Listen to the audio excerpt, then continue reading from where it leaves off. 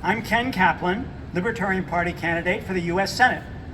I'm honored to be running this year and to have at the top of my ticket Chase Oliver running for president. And sometimes things go full circle in politics, or in life generally. I started in politics as an anti-Vietnam War protester. As a college student, I went up to New Hampshire to work on Eugene McCarthy's 1968 primary campaign. He was a Democratic presidential candidate running on a platform to end the war in Vietnam and bring our troops home. And here I am today, 56 years later, at an anti-war rally. At least you have to say I'm consistent. Now, our Army oath of enlistment says, I do solemnly swear or affirm that I will support and defend the Constitution of the United States against all enemies, foreign and domestic.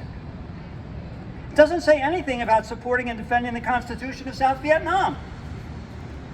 It doesn't mention sorting out things in Afghanistan or Iraq.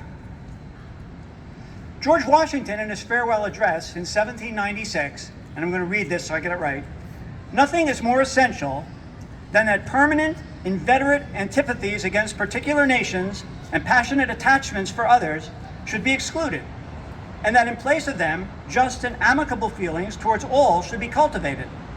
The nation which indulges towards another a habitual hatred or a habitual fondness is in some degree a slave.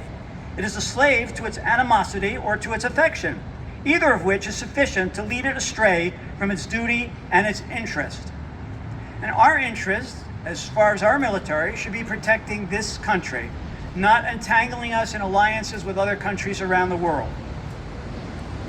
That said, individual Americans should be free to support causes abroad that they believe to be just, as long as the nation or faction they are supporting is not currently at war with the United States or an avowed enemy of the United States. But as a country, we should wean foreign nations from foreign aid and leave them to their own devices. As I say, with private citizens free to support or not support, but with the government of the United States being concerned with defending the citizens of the United States and not being involved in wars around the world. Thank you.